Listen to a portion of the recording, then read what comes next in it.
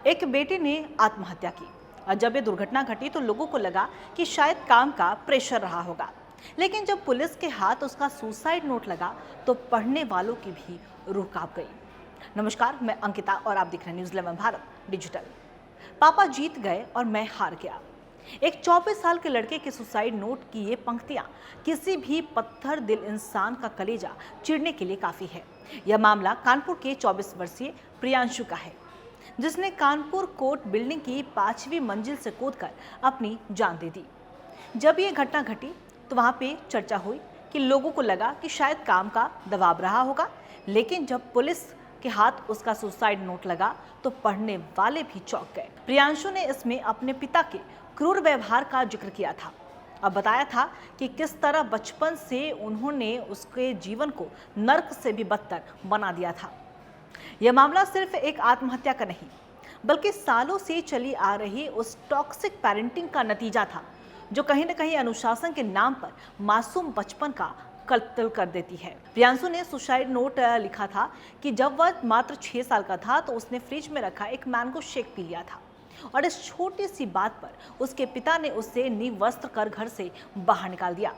वहीं अगर हम देखें तो मनोविज्ञान कहता है कि बचपन में मिले ऐसे घाव यानी कि चाइल्डहुड ट्रॉमा इंसान के व्यक्तित्व को अंदर से खोखला कर देते हैं।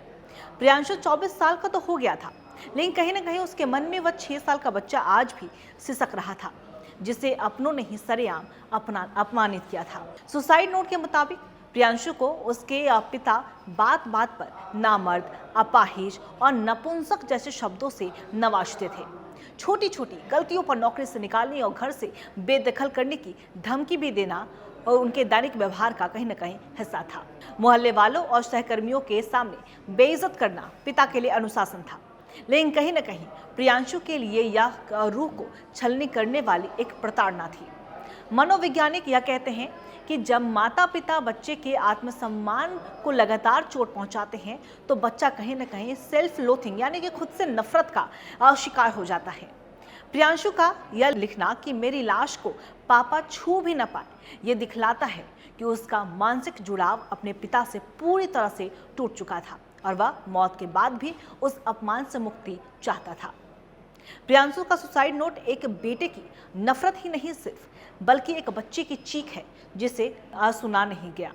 यह हर बार देखिए, अगर हम बात करें तो यह हर उस माता पिता के लिए एक चेतावनी भी है जो अपनी कुठाएं अपने बच्चों पर निकालते हैं। याद रखिए कि आपके दिए हुए घाव समय के साथ शायद भर जाएंगे, लेकिन उनके निशान कभी नहीं मिटते हैं।